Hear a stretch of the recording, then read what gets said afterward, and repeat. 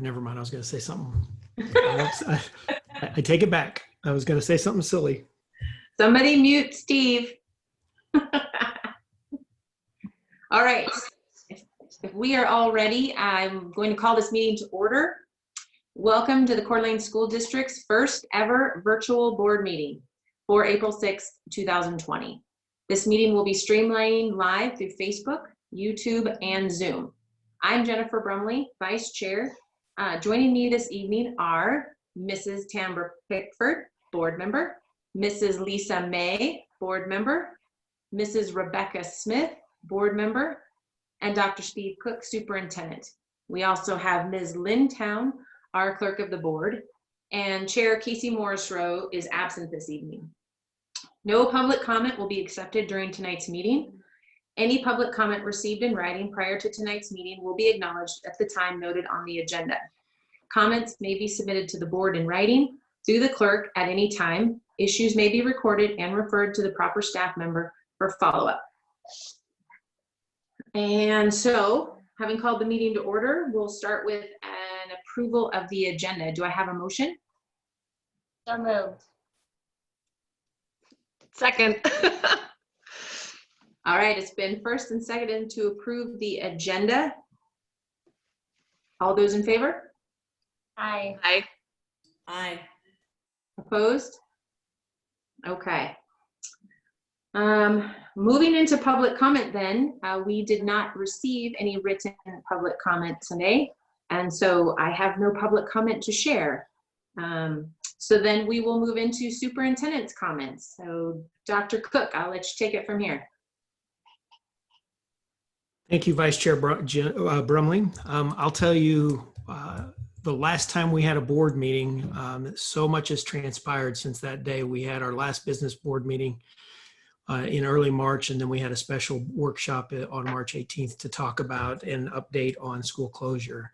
And I'd like to take just a little bit of time to talk about school closure and some actions that we've been doing in the meantime since that March 18th board meeting, and where we see things moving here in the very near future. First off, let's talk about feeding kids. We started feeding kids. We let out of school on March 16th on a Monday. And by Wednesday, March 18th, we started feeding students anywhere that we could get access to students. And on our first attempt at that, we fed a little over 500 students. Now we've expanded to include breakfast. And we are also starting just this week, we're in the process of starting home deliveries for kids that can't make it to our feeding sites. We are now at 13 separate locations, and we, in a period of 2.5 weeks, have made about 20,000 meals that we've provided to students in our community. We're averaging now a little over 1,000 meals a day. 1,000 lunches a day, and if you include breakfast, we're averaging about 2,000 meals a day. And we just started. I think we've now delivered on today our first effort at delivery. We've delivered 21 meals to houses for students, or delivered to 21 families. Excuse me, not 21 meals. Secondly, let's talk a little bit about emergency childcare. Our emergency childcare right now is, we actually have 2 emergency childcares set up. We have one at Ramsey, and we have one established at Skyway. That was a second site that we set up so that we could spread out our emergency childcare services. We're averaging between 40 and 50 students being dropped off at these 2 sites, and we have staff working in shifts, usually 4-hour shifts, to supervise these kids. We have a nurse at each site monitoring student entry into the childcare facility. We're open from 6:45 a.m. to 6 p.m. And so far it's going pretty well. We have not had any issues so far. We check temperature for every kid going in, and we do a tremendous amount of cleaning along the way while those sites are open and available. We have had to send a kid or 2 home since that process has started that didn't get into the site because they expressed a fever going into the building, and so we sent those students home. Right now, we don't anticipate at this point opening up another facility, but we would have the manpower and the capacity to do so if it were necessary. And if we see once this gets a little more energy around it and we see more people perhaps needing the service, we do have over 100 possible students registered to participate in the emergency childcare. The next thing I'd like to update you on is what I would call our at-home learning. We're now finished up with at-home learning. I think we could posit that today was the last day of at-home learning, which was kind of our first iteration into how do we try to keep kids engaged in what we thought perhaps could be a short break. That was our first decision on March 16th. We made the decision to start spring break a little early and do at-home learning while we were waiting to see what might happen. And today was going to be the day, April 6th was going to be the day that we were going to come back if the state did not, or other issues did not create the need for us to come back to school earlier. Or if the state were to decide to take action and close us down more. Right now, we're under closure until April 20th based upon the state board's action. I'll talk about some updates to that today that happened at today's state board meeting here in a little bit. So we did at-home learning, which was a lot of a focus on things like portrait of a graduate challenges and getting kids to read ebooks and giving students activities. And I just want to give a shout out to our teachers, our staff for putting some of that together in a very quick turnaround time and preparing for what might be what we will be talking about next, which is this idea that we're going to be changing to remote learning. We've been celebrating the work of students and teachers across the district and families' investment in their students' learning through our at-home learning. And you can see a lot of that in the work that I think I'd like to have Scott show right now, some of the stuff that we've done so far as we get ready to shift gears into remote learning. So Scott, if you're available to, or Seth, I think you've sent the video to Seth, I would love for us to take a break from my update to show that video, and then I'll continue on with the updates, if that's Seth.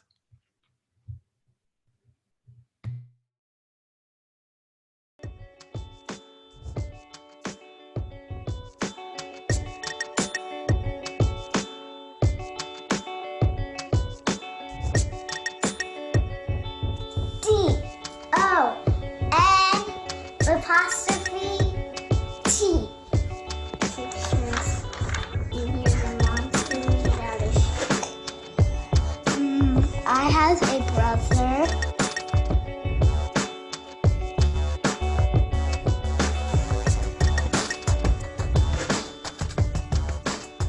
Hi, first grade friends. I miss you a lot. This is me, your teacher, learning how to do something new for the first time. So I haven't ever used this technology, and so I'm going to do my best. Can I go to camp this summer? He asked his mother. Of course, dear, answered his mother.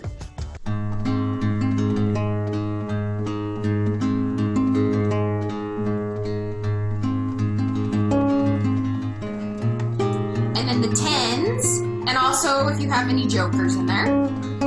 I also made... We're surviving. Bye. If I get mad at my friends when I'm like playing a video game, I yell at them in Spanish so they don't know what I'm saying.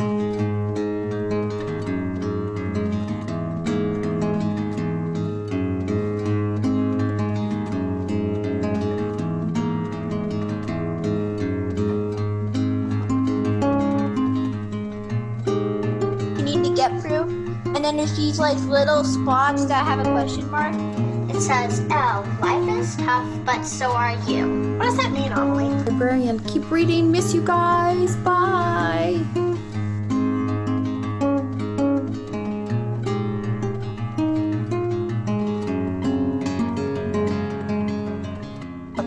Put in your onion sets. Make sure you put the root side down.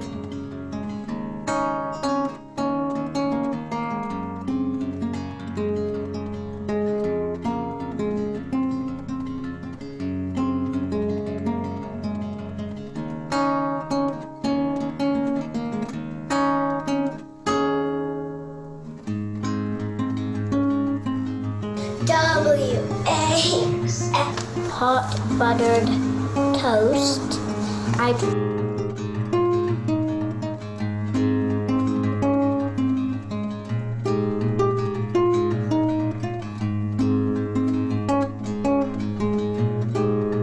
wash my hands so much, my hands are gone. I love you all. I hope you take good care of yourselves. And I can't wait until we can see each other again. I love you all. And I just wanted to say hi to the class because I miss you all so much. And I can't wait for when we resume. I told my mom yesterday, I'm like, I miss school.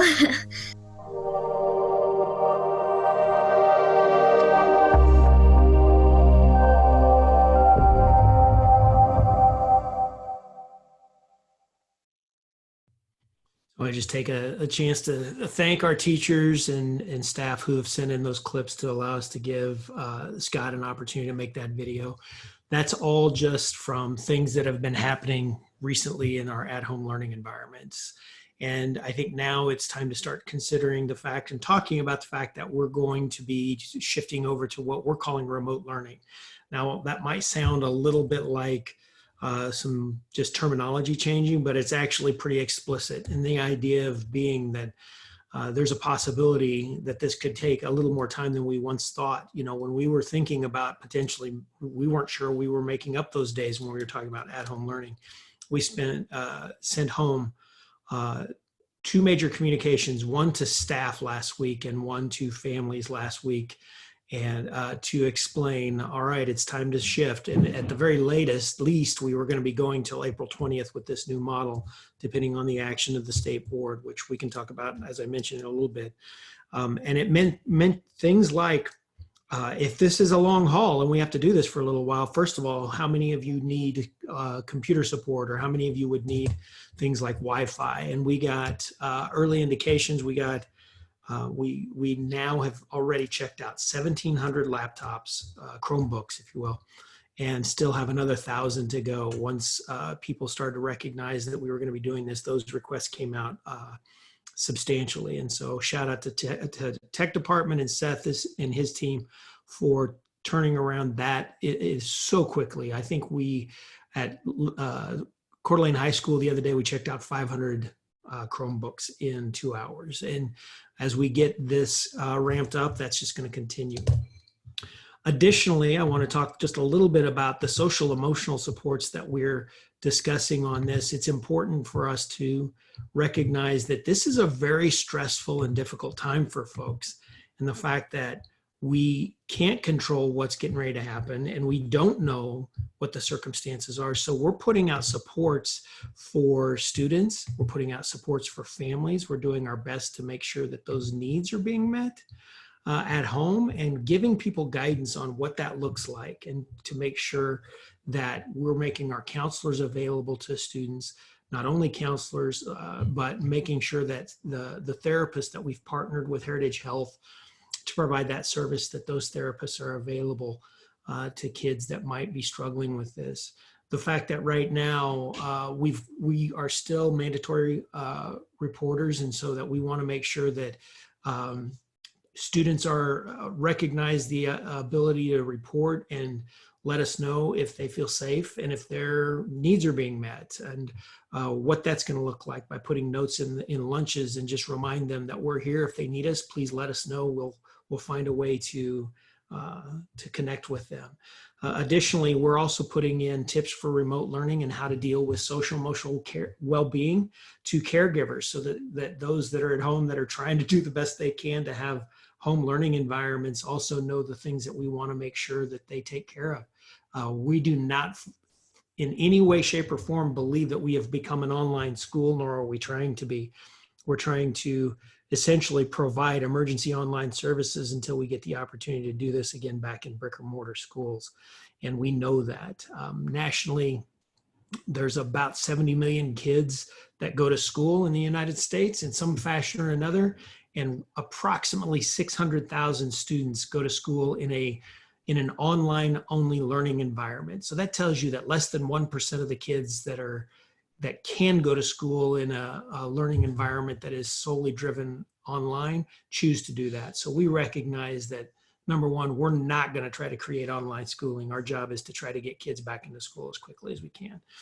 Additionally, we're going to keep doing our backpack food programs and support so that families that might be struggling, that we stay connected with them, and counselors can continue delivering that support to those students as well. And additionally, we will be starting our remote learning starting actually tomorrow. And our remote learning looks like, essentially, we're going to try and schedule it so that Tuesday becomes the first day of the week. That gives kids a little bit of time to work on the materials. Teachers are going to try to work on schedules to stay connected with kids, try to connect through Google Classroom and using technology to stay attached to them. We're seeing people use Google Hangout. We're seeing people use Google Classroom. We're seeing people use Zoom. Those technology resources are creating an environment where we estimate somewhere around 90% of our kids can participate in online experiences that way. And we're trying to supplement those that don't have access to Wi-Fi in a way that tries to give them an equal opportunity to access that. We're building that schedule weekly, and I think the initial feedback is that we've got a good approach for how we're going to start this to be rolled out starting tomorrow.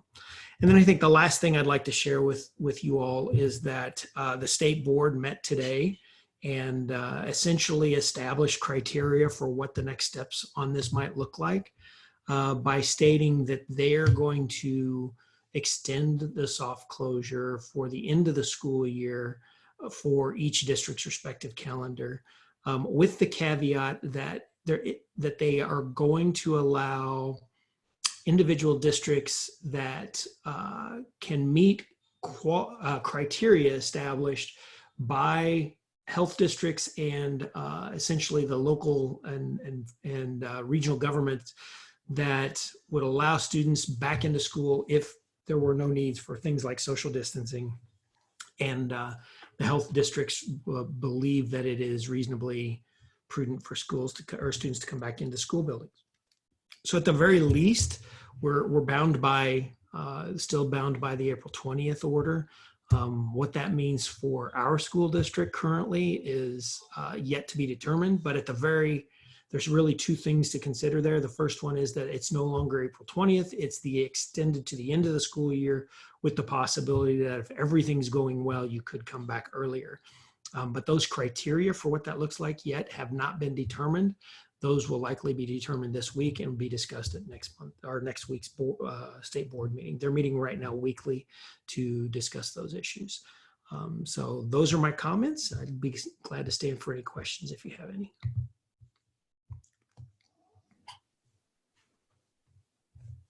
So we're basically out till the end of the school year unless they say it's safe to come back. That's what it was saying. I was seeing a lot of confusion on the Facebook post that went out with the email that went out, and then concerns about, which I'm sure you guys are going to address, getting back into the schools to clear out the desks, get the remaining belongings. Some were talking about medications of their students. Those were just some of the concerns, as well as obviously graduation, which is hard to even make a call at this point, but maybe for peace of mind that, maybe something is in the works or planned, or if it's not in June, July. That's just kind of some of the things I've been reading and seeing and hearing that we can hopefully clear up. I'm not sure on that. Yeah, I think we can. The first one I would address is that I would suggest that this state board action does put up the potential that we are out for until the end of the school year. And if that's the case, then we're going to have to do some things to help get students back in touch with their belongings and their materials and medications and all those things. Secondly, we've made no formal decisions yet on graduations. We're going to be working with all three high schools about what that could look like. I think, in our minds right now, it looks like a plan A, a plan B, and a plan C. Plan A being status quo, we do it like we've always done it. Plan B being that maybe we can get the kids in and still have some form of social distancing, but we can't manage a big crowd. And then Plan C, it's just too challenging for that to happen, which would be then a possibility that we could be talking about an all virtual graduation of some sort. And then I think you could even put in there a Plan D where we're talking about the possibility that maybe the dates that graduation was set for don't even have to be maintained, and we could do something possibly later. So we're trying to build out the options to have each of those choices as we try to figure out how this is all going to happen in front of us and have a plan for each of those choices.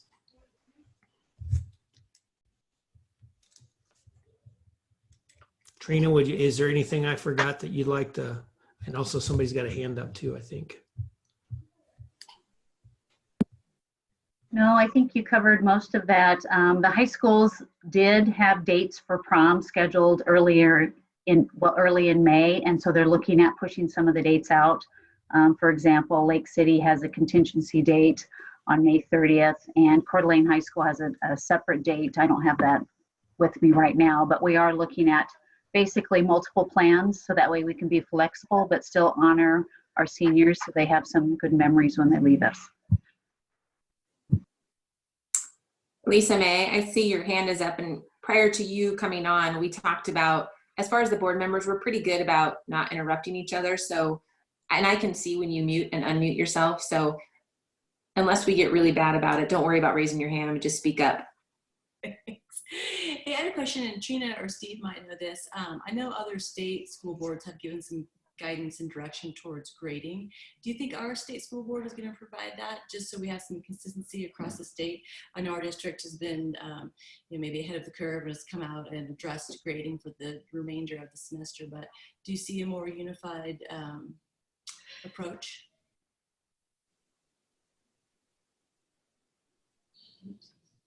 Yeah, I'm muted. Sorry. So they did actually mention that today on the agenda, and I happened to listen in on that particular part. And I'm also on the Governor's Emergency Council, in which they're talking about that. And right now, the very first thing they said is that they recognize that it's the local board's decision and local leadership's decision and have full authority. But they also know that there are a lot of districts that would prefer if the state board would give some guidance on what that looks like. Right now, currently, we're kind of living in this environment where we're doing a pass, fail, or pass, no credit kind of model at the high school level, with the exceptions of dual credit and potentially AP, depending on how some things have to come together on that. We're also living in this environment of trying to do our best to hold harmless for all kids, that we aren't going to cause them grief and punishment based upon a global pandemic. The thing that I think the state board mentioned that I think is going to be helpful is that they're going to spend the next week or two talking about what are some of the models that districts are using, like things like it's just pass fail, or using the first semester's grades to do something about second semester, or using the third quarter grades to have some kind of a capture for what the grading period for the second semester could look like.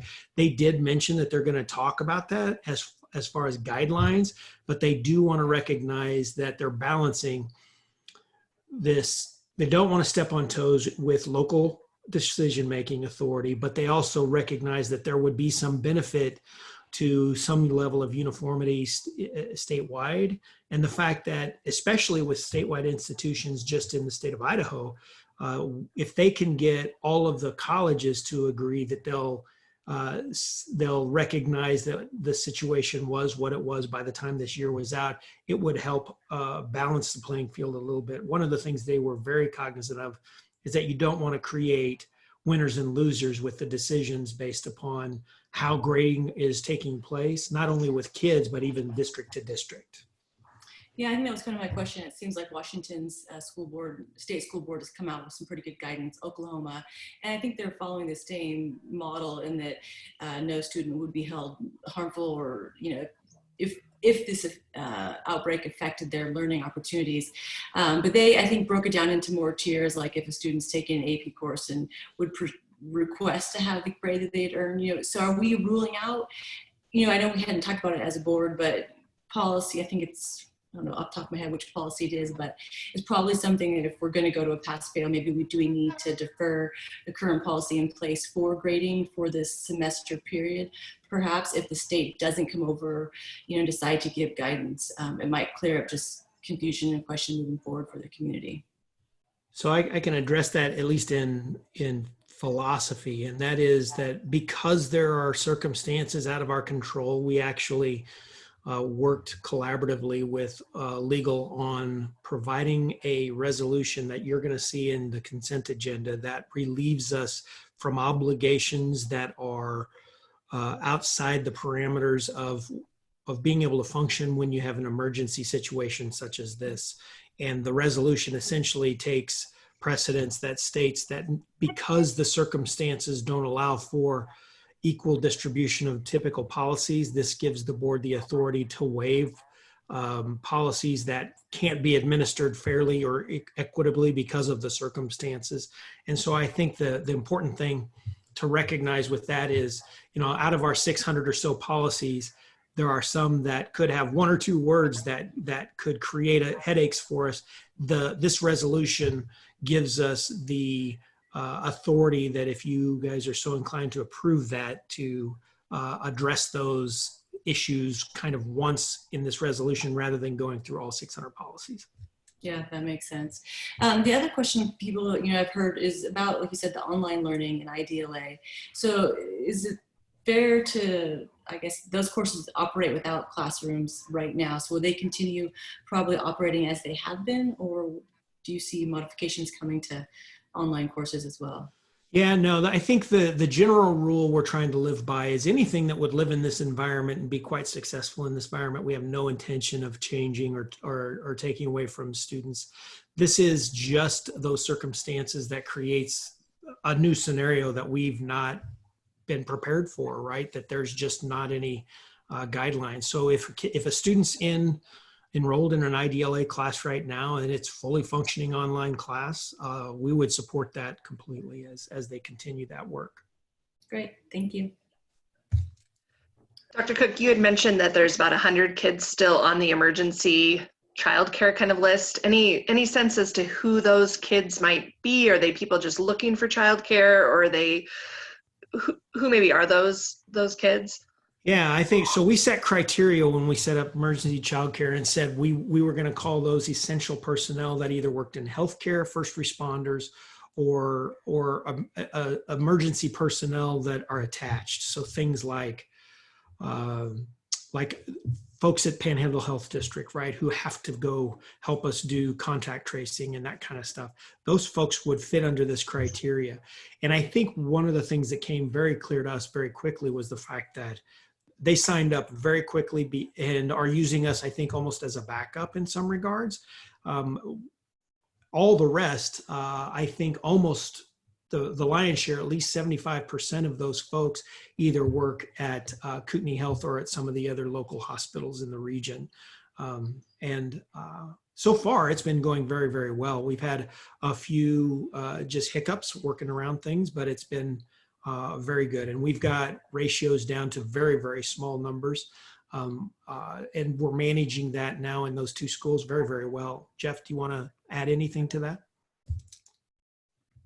No, I think you pretty well covered it. I think we might see this grow as we get deeper into this crisis. So we're preparing for that. But that team's done a really nice job of getting things ready, and the nurses are there to check the students in and provide assistance through the day, which is really encouraging. Thanks for providing that. I guess I also just want to say, and just take a second and say thank you to all of you. I'm so impressed by the work that's coming out and how quickly in this crisis situation you've put out just incredible resources. I mean, so many resources that it's almost overwhelming, but just the care, I know all of us are just so thankful for each and every one of you, and the hours and the heart. And Kate, I saw your tears a second ago.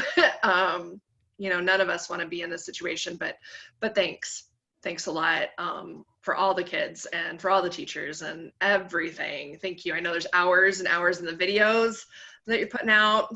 Keep going. The fact that we've got a lot of our kids now with resources in their homes even crack open a Chromebook today makes all the difference. And so good things are happening in the midst of this, and that's because of your guys' real hard work. So thank you. Thank you, Trustee Smith. I just have to add, I think it's just a testament to not just everybody on this call right now, but the people that they're working with in the system. We have such great teachers, such great administrators and staff that will do anything we ask them. It is just and I am not kidding you, so inspiring that we don't even have to ask twice. People just step up and they do anything and everything we need them to do. Yeah.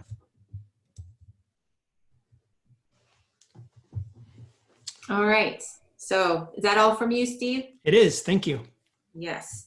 And just to piggyback a little bit on Rebecca, I just wanted to comment, Steve, I know you've done a great job of giving accolades to everyone, but you are the one that doesn't really get the accolades specifically. And so kudos to you, because being at the top, everything comes from where you're at all the way down. So I just want to do a specific shout out to all your efforts and all your hard work, because it has to start somewhere. And I know the inspiration comes from you in a lot of these things. So it's much, much appreciated. Thank you. Thank you, Vice Chair Brumley. Okay, so next is our consent agenda. And does anybody have any discussion on any of the items for action on the consent agenda? All right, hearing none. Does anybody have a motion? You have to unmute the motion. So moved. Second? Second. All right, it's been moved and seconded. All those in favor? Aye. Opposed? Okay. Next is our consent agenda for information items only. Any discussion on those information items? All right, do I have a motion? So moved. Second. Any further discussion? All those in favor? Aye. Aye. Opposed? Okay. All consent agenda items, action and information pass. Okay, our first action item tonight is going to be grandfathering of students, our 2020 transition plan. Steve, were you going to comment briefly on that? Yeah, I think, we presented this to you guys last month for information. And since then, we've gotten one request, I think was in your board book, which was just simply the idea of, can we please recognize people's rights and desires to continue at their high schools without needing some path forward that would require that they reapply. Oh boy, that just crashed. Okay, hold on one second.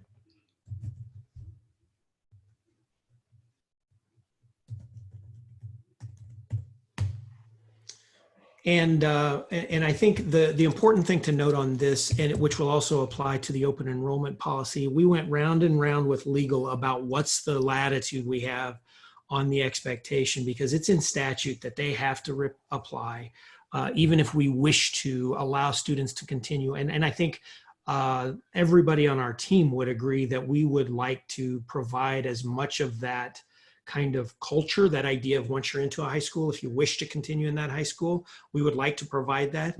Nonetheless, legally, we are not allowed to exclude them from reapplying or reconnecting. And so that grandfathering and open enrollment means that we would have to recognize that that needs to take place when it comes time. And so we've would recommend approval on this. And then we'll make sure that our procedures are done in a way that it's not obtrusive to students as they try to seek that continued 4-year experience at the high school level. The comment was well received, but we're also bound by the authority in the statute. And Steve, wouldn't that protection in that policy come under the open enrollment policy, not the grandfathering policy? That's correct. Yeah, they recognize that. I think what we're trying to say here is grandfathering is a one-time exception because of the boundary changes. And ultimately, even after that point, just this 1 year, we're still looking at open enrollment being the guiding documentation for every student that wants to go to some other school than where they're currently zoned.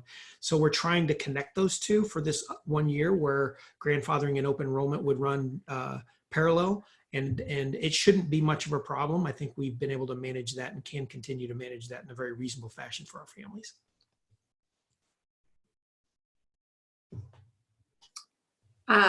So is that your comments on both grandfathering and open enrollment, Steve, or are we just tackling one at a time? We're just tackling one at a time. It's going to be the same comment when we get to open enrollment because it's the same tenor that we're getting from folks, is that they wish that we could allow that. We're going to have a process in which there's some participation annually for open enrollment. And if you recall, was it 2 months ago when we passed the policy regarding enrollment qualifications, we took a significant change to our policies about where you're going to be assigned. And that is that you always have the authority to attend your home zoned school. And by doing that, it changes the prioritization. We were kind of living by a de facto, once you're in, you're always in across the district. And that's not going to be the case any longer. The priority will remain with the students that live in the zone. And so we're already talking about how does that administer differently at the building level and what those moves will have to be, whether we're talking about grandfathering or open enrollment, so that that enrollment qualification is established as the #1 priority. If you live in a zone and you want to go to school in that school in that zone, you always have that right. Jen, are you taking comments on, yeah. I just had a quick comment about the priority levels for grandfathering, and it's on page 5, I believe. Yeah, page 5. And I think it's much clearer and it's perfect, but it kind of pertains to one of the comments. Could we just add they could remain at the school previously attended until graduation? Aren't we saying that, or is that the question, I guess, that they have to reapply then every? Yeah, that's the question that we're talking about. We can make that reapplication process pretty painless, but nonetheless, we still have to have it occur. Yeah.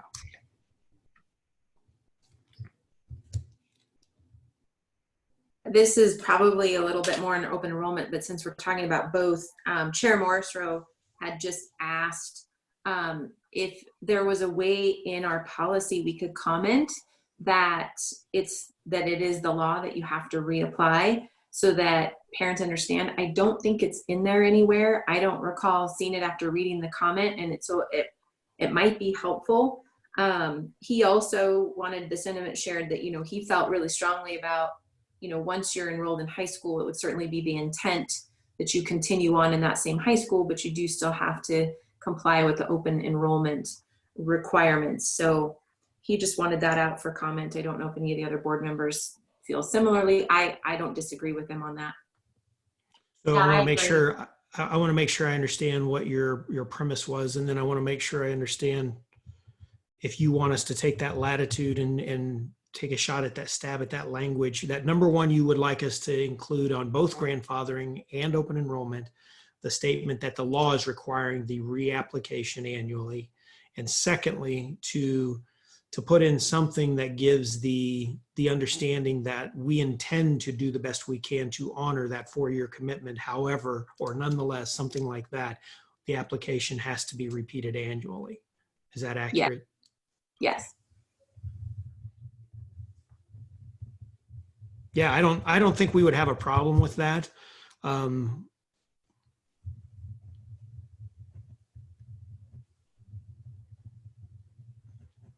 You guys wish to, are we prepared to make a motion in which, with those changes, I don't know that they're substantive. I think we could, as long as it's captured in motion, Lynn, you can correct me if I'm wrong. As long as it's included with the motion, I think we could go make those changes and just put them into place. Or if you want to see the language and we bring it back, we could do that as well.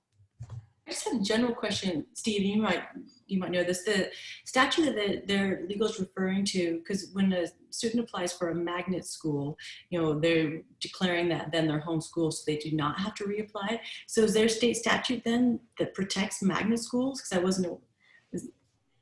Yes, there is. There is, Yeah, okay. yeah. When you apply to a magnet school, you're actually establishing your path through the entire time. And I think where that would be fascinating, I suppose if you, it's protected in the language. And so it does create a little bit of a different scenario for non-magnets and magnets, but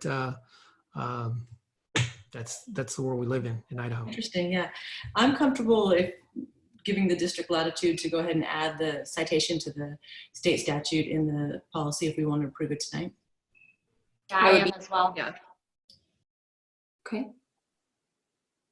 Any other comments on grandfathering? All right, I know we kind of covered a lot of open enrollment in that discussion, but Steve, did you have anything to add? Nope, I think we would know, and we'll make sure we get that language changed on that, and then we'll socialize it with you guys. And if afterwards, if we feel like it doesn't capture exactly what you're looking at, we can be glad to bring it back. But I think right now, I think we can do a really good job of capturing the language you're talking about. Okay. Any discussion on open enrollment? Do you have a preference? Maybe this is a question for Lynn on one motion or joint motion for both policies. Thank you, Ms. Brumley. These are separate items on the agenda. So what I would ask is a separate motion for each, and perhaps the motion could state approved with recommended changes. Okay. All right, do I have a motion on the grandfathering of students? So moved. Can you hear us? Yeah. A second? Second. Okay, any further discussion on the grandfathering statute with the additions as discussed this evening? Okay, all those in favor? Aye. Aye. Opposed? Okay. And then our open enrollment policies for action 3010 and 3010P. Do I have a motion? So moved. Second. All right, any further discussion on the motion for the approval of policy and for actions 3010 and 30P with the amendments as proposed tonight? All those in favor? Aye. Aye. Aye. Opposed? All right. Thank you very much, Dr. Cook and staff, for all of your work on these two policies. I know this has been quite the work in progress, so thank you. I think we'll be excited. We've been talking about open enrollment and grandfathering for quite a few months. I think we'll definitely be excited to be able to put those into the books and get those recorded. So thank you, guys. All right, moving on then, superintendent's reports. So some information items, the district work plan update. Is that you also, Dr. Cook? Yeah, let's start with me. As you recall, we're working on multiple plans. We've actually brought two before you already. We've brought the curricular management plan and the instructional framework. Both of those come as a product of the audit and are a part of our strategic plan, and will be coming back to you in June for final approval with the rest of the plans. I'm proud to present at this point our third plan in draft form, which is our assessment management plan. It's the third of 6 total plans. Next month, you'll be getting 3 more plans, which we're excited to bring. That'll be the social emotional learning plan, which is a new iteration of the mental health plan, if you will. And what I would consider a better and broader plan, by the way, our equity framework, and then our long-range facility planning, which we decided we're just going to throw in the trash. We're just going to buy a bunch of laptops and teach online. I'm kidding. We're not going to do that. We're excited to present our long-range facility plan. We feel like we've done a lot of great work with that as well. Those will be coming in May. And then all 6 of these will be coming back in June for final approval. So at this point, I'd like to give the floor to Mike and let him as the primary author of this plan, spend just a little bit of time talking you through the plan and just answering any questions you might have with regards to as we move forward with the assessment plan. So, Mike?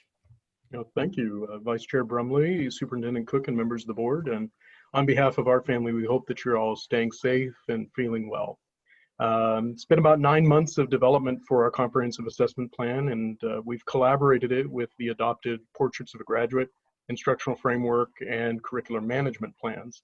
I'm very pleased to be able to present that draft plan for you this evening.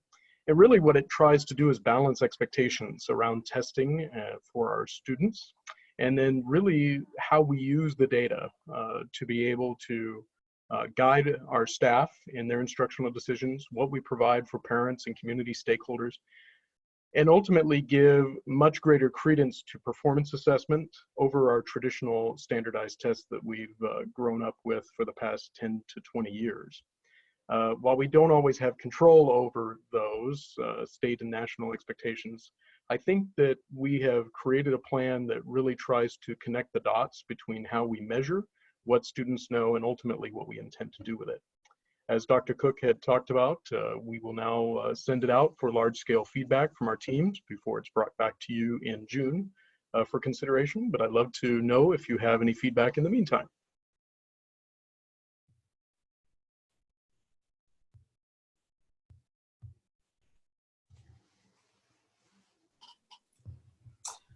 Well, first, thank you very, very much, Dr. Nelson. And I don't know if it was just you or who worked with you on this, but with each of these work plans that have come through, it's just been very exciting to see what you guys are putting together and the efforts that are going into that. I look to the right because I don't have my computer in front of me, so I'm looking at the plan, and I had made some notes in the margins on some things that I'd really liked. I thought the student bill of assessment rights was unique, just kind of a cool way to put it in a different way of how we're approaching this from a kid's perspective or from a student's perspective to make sure that we're looking at it through their lens in many ways also. I just appreciate the portrait of a graduate and how well you weave it in here, and it's becoming a part of the assessments and the accountability. Because truthfully, at the end of the day, we can talk all we want, but when it's not coming through on assessments and kids aren't really truly being able to articulate what we want them to, it's kind of a moot point. So I appreciate you weaving that in the testing culture versus the assessment culture. There's been in each one of these work plans, I've seen these little types of grids of the old school versus the new school. And I absolutely love it. I love the transition. You know, the old view is views intelligence is unitary fixed trait. And the new is views intelligence is multifaceted and learning potential as developmental. It just shows incredible growth in what our school institution is going through right now, and our acknowledgement of it. I absolutely love seeing every time these come through. So those are my comments, Mike, and thank you very, very much. Thank you for those. I guess I did have one question. If you could speak a little bit more, I really appreciate it as well, seeing the portrait of a graduate in here. I guess I'd like to hear more just from you on how that really plays out a little bit more in the, you know, how an actual teacher might be assessing that. I'm a little unclear on how that really actually plays out. Sure. The goal is that we would have a series of project-based learning activities available over the course of the academic year. Toward the end of the comprehensive assessment plan, you see a series of rubrics. Those would be standardized throughout the entire district at elementary, middle school, and high school levels. And then ultimately, based on the performance of our students, they would earn badges, digital transcript types of things where they could see how they're growing, and we can make sure that each of our dispositions are being covered over the course of a multi-year period. And let me jump in here a little bit too. One of the things that I think is really cool in the curricular management plan, when we go into and I forget what we're calling it, Katie, you feel free to jump in here, whatever the title is of the unit planner, we actually have a place to incorporate aspects of the Portrait of a Graduate into the lesson development. So it doesn't have to be just a formalized piece that's an end of the year kind of badging thing, which is a great way to express whether or not kids are developing in all those different pieces. But even just something as simple as in a unit in 7th grade boost class with Ms. Wick and Gretchen Bell. They were working on poetry. And one of the things they wanted to do was build out communication skills in that particular unit. And so one of the things we'd like to see is when they build that lesson plan, that designer for that unit that they're going to teach, they can actually incorporate Portrait of a Graduate skills directly into that teaching and learning model so that it's a part of, without changing the content, the standards, the state standards and national standards that we're trying to teach, they can bake in the Portrait of the Graduate components that marry nicely with that teaching and learning experience, so kids can then demonstrate growth and expertise in those particular areas. So it becomes a very fluid kind of environment and doesn't have to be taught explicitly or separately from the rest of the teaching and learning that's going on there. And I think that's the part that is the most exciting about that. Katie, do you want to talk a little bit about how we're capturing that in the guide? And forgive me for not remembering the title of what we're calling it. It's the curriculum template. That's no problem. So within the curriculum template, the teachers are working on, and as they're developing it, they're identifying the Portrait of a Graduate skills specific to each unit. And then even within that unit, which Portrait of a Graduate skills fit each module. So we can even get down to the modular level about what it is that we're hoping to accomplish in regard to a Portrait of a Graduate. And exactly as Dr. Cook just described, if one unit is likely to meet multiple Portrait of a Graduate skills and dispositions, but oftentimes we can really focus in and be super intentional about which Portrait of a Graduate skill and disposition we're hoping to really focus in on within a certain module or unit. Great, thank you. Mike, I had a question. Can you hear me? I can. The document's fantastic, so thank you. Would you imagine this to be a forward-facing document? As we were kind of initially starting this process, there were things that were going to be district only, and then things that were forward-facing maybe going to be included in our strategic plan. Is this a document that is a forward-facing document for the community to be able to look at and see, or is it meant more for the district and staff? And I think the initial audience is for district and staff, but I do believe that we can take out some of the technicalities and educational jargon that we're used to. I tried to break that down quite a bit in the appendix with the glossary and some of the components. But I think ultimately we can boil it down to a 1 to 2 pager that would be easy to understand. I think it's fantastic. And so I was hopeful that you were going to say, yeah, the district or the community will have an opportunity to see it, because I think, you know, it really gives a good snapshot or an understanding of why we have assessments and the different types of assessments and the assessment calendar. I just think for many in the community and parents, it would probably help them understand what their students doing and what the tests mean, and how they're each a little bit different in as far as what they're looking for. So I thought it was a fantastic opportunity for us to connect with our community about assessments. Great, thank you. I would agree, and probably narrowing it down to a couple pages as well. I'd also leave in there how long. I mean, it's interesting when we actually see it on paper, how long. Sometimes I think we think, oh, we test, you know, this X, Y, and Z amount, but oh, it's really 26 hours over, you know, a certain amount of time and stuff. And I think that's really interesting and good for us to be able to really pinpoint that. Thank you. All right, anything else? No, just thank you. I love all the work that's being done, and I love that our district, you all have just hopped right into taking the curricular audit, you know, seriously as what wasn't done in the past. That it's no joke, and you can see your hard work, everyone's hard work in this. So I'm excited for our district moving forward. We just want to thank you all so very much. Thank you. Yeah, Mike, great job. I think it's an outstanding document. So thank you for all your hard work. Thank you. We'll have it back to you in a couple of months. And we'll be bringing, like I said, we'll be bringing 3 more. We've got 3 more coming next month. The social emotional learning framework, the equity framework, or excuse me, social emotional learning plan, the equity framework, and the long range facility plan. All of those will be coming in the month of May. And then all 6 of these will be coming back in June for full adoption by the board for the, and any new comments and any new feedback we've gotten from the system to go into the 2021 calendar year. All right. Well, again, thank you very much, Mike. Okay, policies for information. Who is presenting on this? I don't know at the top of my head. I saw Andy's here. Maybe she wants to, that's, I don't know, Oh. or. I think Yeah, it says Nicole and this is Nicole. Yeah, this is okay, Nicole. It's always Nicole, isn't it? Nicole. The good news is at least Nicole, it's not 9 o'clock, right? That's right. That's what I was thinking. Pardon my background. I figured out that my internet is the best in my utility room, so you guys get the format.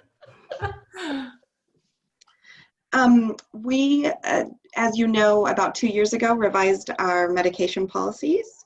And so just in our standard process improvement, we have used them for more than a year now. And so we recognized some areas that we could make some improvements and streamline in. And so that's what we've brought forward to you today.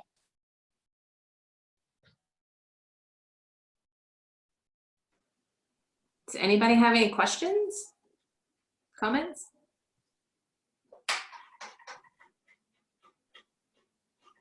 Okay, so these will go out for public comment for 30 days and be back to us next month. Is that right?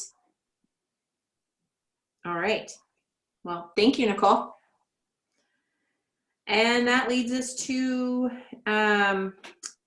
just our calendar and what we've got coming up.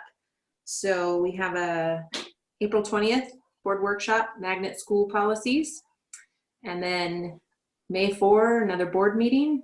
And then currently planned is the retirement and recognition dinner, but I'm going to guess there may be some rearranging or different plans for that, but we don't know yet.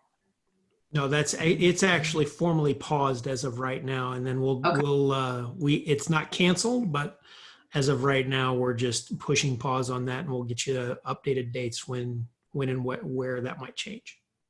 Okay. Well, I would say it was a very successful first time virtual meeting for everybody.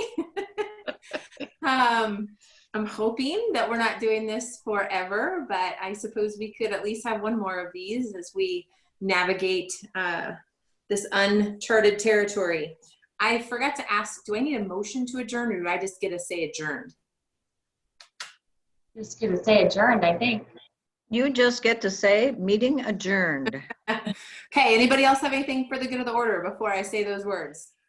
I have a quick question. I know the magnet policy's been very a hot topic for many. Do we have an idea of how we want to take community comment for that workshop, or are we going to take community comment? Yeah, I think one of the things I would suggest is that, to me, means, we're already in the process of enrollment for next year, and this isn't going to interfere with any of the work we're doing on that.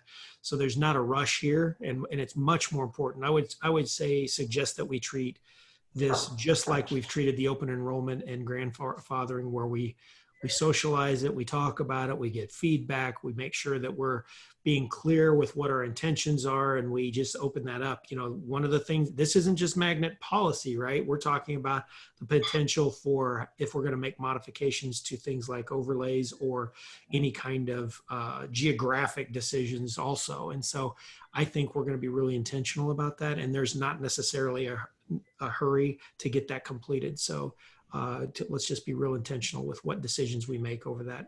That's just the starting point for the kickoff. Now that we've got grandfathering and open enrollment, we can turn and face that. Perfect. Thank you.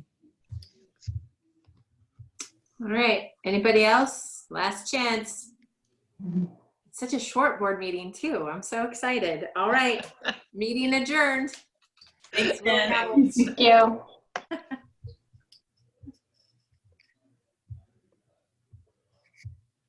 do I get